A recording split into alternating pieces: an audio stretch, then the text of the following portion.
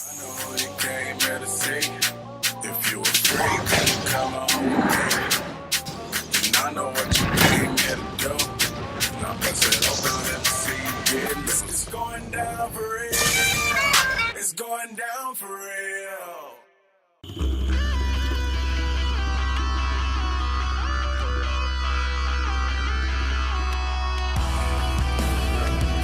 Ikaze nanone muri box office yacu yo kuri uyu munsi. Reka amakuru yacu tuyahere hano mu Rwanda. Deruza ni filime y'imirwano yamenyekanye cyane hano mu Rwanda, cyane cyane bitewe n'imirwanire irimo. Iyi filime kandi ikaba yarakozwe n'abanyarwanda ndetse ikorerwa mu Rwanda.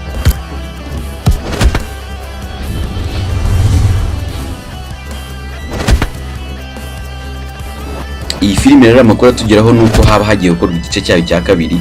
Kubw'amahirwe twahuye na nyirayo ariwe mwanditsi wayo ndetse akaba ari nawe ukina ari protagonist cyangwa so tuzi nka type hano mu Rwanda. Akaba akina yitwa Lucky. Sasa reka bisa sinabishaka.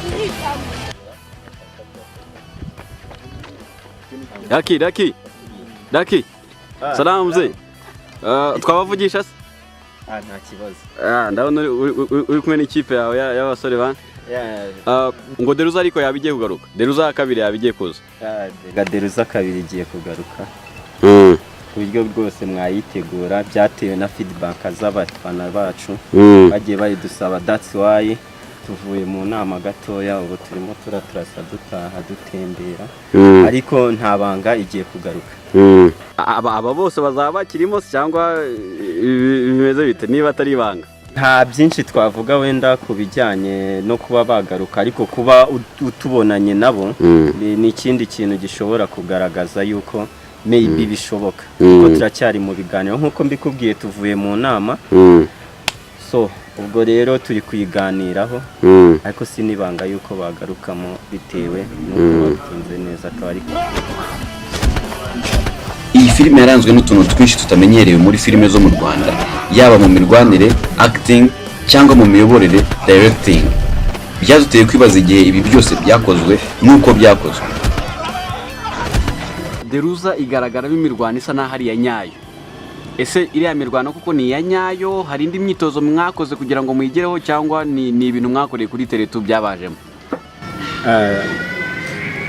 Filime yose isaba kwanza kuyitegura. Navuga nkaho ntago ari imirwano yahise ibera kuri tele. Icyo gihe twaritoje, kwitoza n'igihe kinini kameme nk'uko wabonye. Fighting zirimo ari ikintu kitamenyerewe muri filime nyarwanda. Bisobanura ngo twaritoze tunitoza, ndabyibuka bigeze mu mezi 3 dukora coordination stances z'imirwanire, punching, imigeri, ibiki. Ni ikintu kitoroshye rero navuga nkaho twakoze. Ntabwo ari ibintu byahubukiye ngo bize tubikorere kuri tele. Twabonye ari we muntu wari ufite imigeri irambutse cyane mo hariya. Bo niba ntibeye.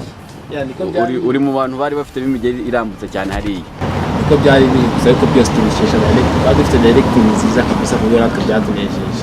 Kuko twebwe ubwacu tugitangira twumvaga ari ibintu tutazashobora.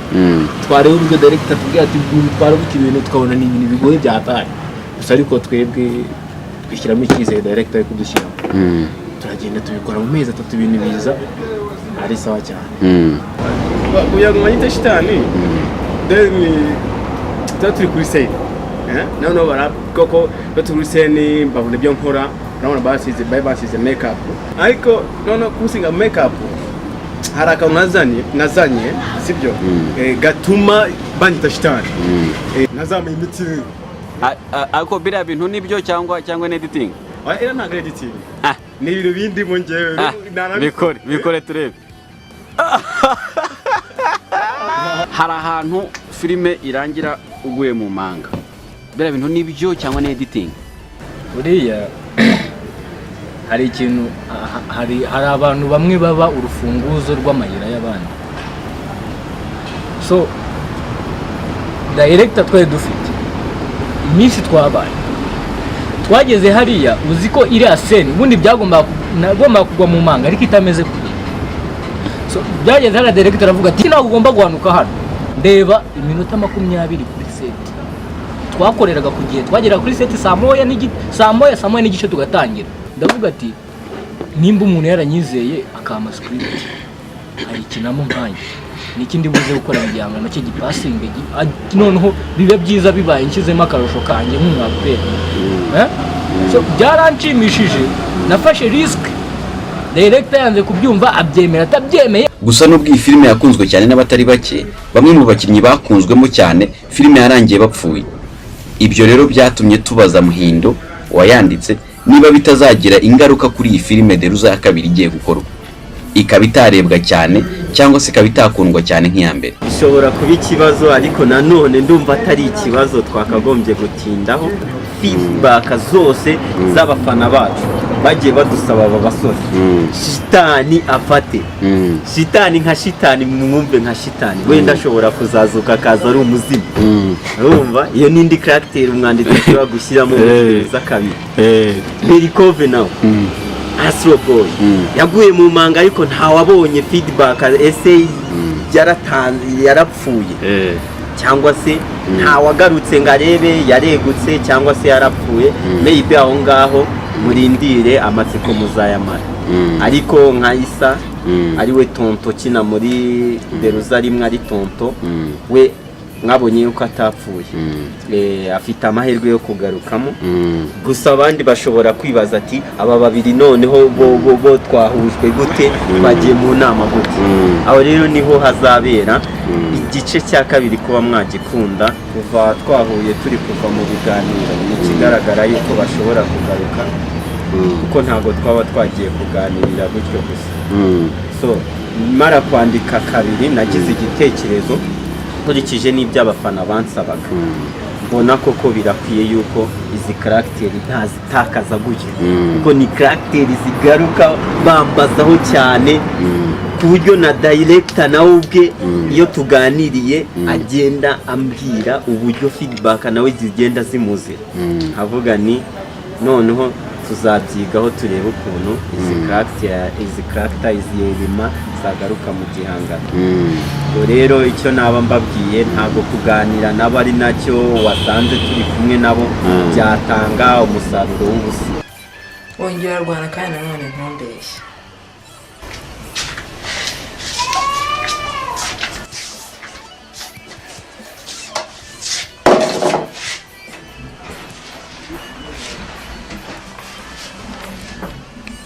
Twerekeye hakurya y'amazi,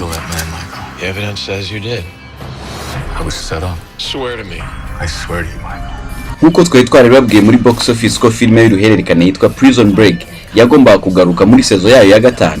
Kugera uyu munsi iyi filime imaze gushyira hanze episode 4 z'iyo filime, zikaba ziri guca kuri televiziyo yitwa Fox. Iyi filime ubwo tuyiheruka season ya 4 yari yabaye ya nyuma, yarangiye uwakinaga yitwa Michael Scofield apfuye ndetse bamuhambye.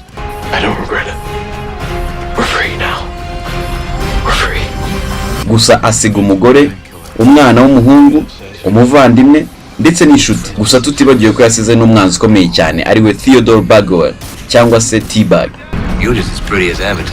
Nyuma y'imyaka 8 yose, Wentworth Miller ukina ari nka Michael Scofield hamwe na Dominic Purcell ukina ari Lincoln Burrows nibo baje kongera kugira igitekerezo cyo kongera hindi sezo. The dead talk. If you listen. Iyi sezo ya 5 rero ikaba imaze gusohora episode 4 kugeza ubu, muri episode 9 izaba ifite. Gusa ikimaze kugaragara nuko Michael Scofield akiriho, gusa akaba afunze bitaramenyekana uko yageze muri gereza. Gusa muri gereza arimo uyu Michael Scofield ntago akitwa Michael Scofield, ahubwo yitwa Kenyo Autis. Uyu Kenyo Autis akaba azwi mu gihugu nk'umwicanyi kabuhariwe, bikiri n'urujijo kugera ubu niba koko ibyo bikorwa by'ubwicanyi byarakozwe na Scofield cyangwa se ari imwe mu mitwe yinjirana muri gereza buri gihe. Ikindi gitangaje nuko umuntu wa mbere yatumyeho ko afunze muri bwa buryo bwe mwese musanzwe muza atangamo message n'umwanzi we wa mbere T-Bag. It looks like your brother might just be alive. Nyuma kandi yuko mukuru yumvishe ko murumuna we bishoboka ko yaba akiriho, yakoze ubushakashatsi ndetse anatabura imva ye asanga koko nta murambo urimo, bituma ava muri Amerika ajya muri Yemen, aho ibimenyetso byerekanaga ko ariho murumuna we Scofield afungiye. Gusa nyuma yuko hageze ndetse bimugoye kuko icyo gihugu cyarimo intambara, binamusaba kugurisha pasiporo yo kugira ngo abone amakuru byibura yamugezaho yabona Scofield. Gusa iryo zina rya Scofield nta muntu n'umwe uburizi muri iki gihugu. Bari bazi umwicanyi ruharwa Kenyo Otis. Ndetse Lincoln akaba yaraje kumenya iryo zina rya Kenyo Otis kubera ko yasanze ryari ryanditse ku ikote yakuye mu mva ya murumuna we. Kenyo Otis? Yes. Kenyo Otis. Is he here? Gusa siko buri gihe amaherezo y'inzira arangirira mu nzu, kuko Scofield bashakaga baramubonye ariko basanga batabazi. Michael. We're gonna get you out of here. My name isn't Michael. And I don't know who you are. Sorry. Harris, j'en ai lessons in. Sarah Tancredi wari umufasha wa Michael Scofield ndetse akaza no gufata izina rya nyuma ry'umugabo we, ubu yitwa Sarah Tancredi Scofield, ndetse akaba abana n'umwana wabo w'umuhungu witwa Mike Scofield Jr. Gusa nyuma y'uko uyu mugabo we yitabye Imana yaje kwishumbusha ashaka undi mugabo, ubu babana ndetse unamukunda cyane. Gusa nubwo uyu Kenyo Otis cyangwa Michael Scofield bitewe n'uko bishaka yeretse mukuru we n'inshuti ze ko atabibuka, nyuma y'uko agerageje gutoroka ku nshuro ye ya mbere bakamufata muri gereza yari afungiyemo, yagaragaje ko yakwibagirwa abandi bose ariko atakwibagirwa umugore we n'umwana we, kuko episode ya 3 irangira yohereje video umugore we Sarah Tancredi amusaba imbabazi ndetse noneho akanamwemerera ko ari Michael Scofield kuri we atari Kenyo Otis. Sarah,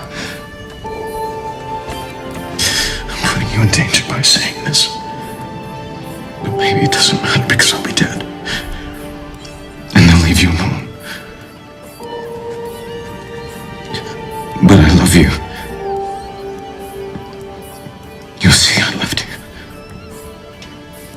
I never stopped loving you. This whole lie, it was for you. Sarah, if I do die, don't let them put Kenyo Otis on my headstone. Because that's never who I was. Make them put my real name. The man I've always been.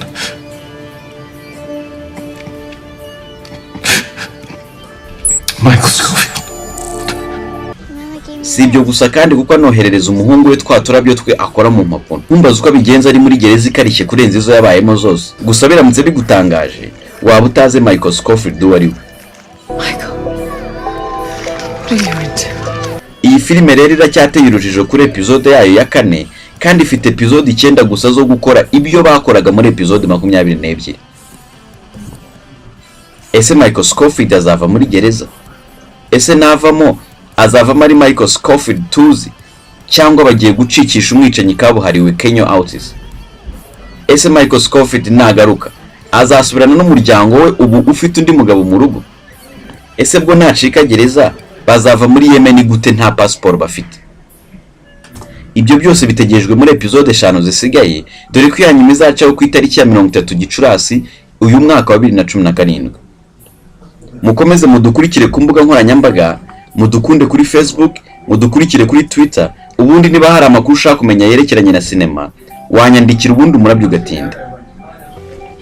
Iyi yari Box Office muri 10 Tonight, naho nge nari paro nk'ibisanzwe. Prison writer. If you afraid, then come on with me. And I know what you came here to do. Now bust it open, let me see you get loose. It's going down for real. It's going down for real.